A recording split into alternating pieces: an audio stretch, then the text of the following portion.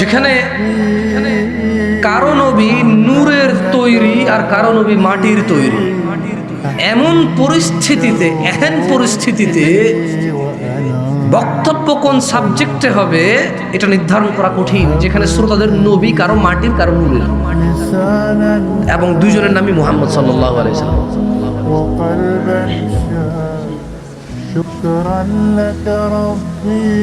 যেখানে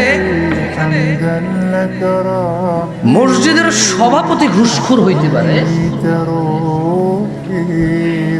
যেখানে পায়ের উপরে পা তুলে বসলে বেয়াদবি, দাড়ি কাটলে বেয়াদবি না, এমন সমাজে কি বিষয়ে বক্তব্য দেবে এটা নির্ধারণ করা খুবই কঠিন।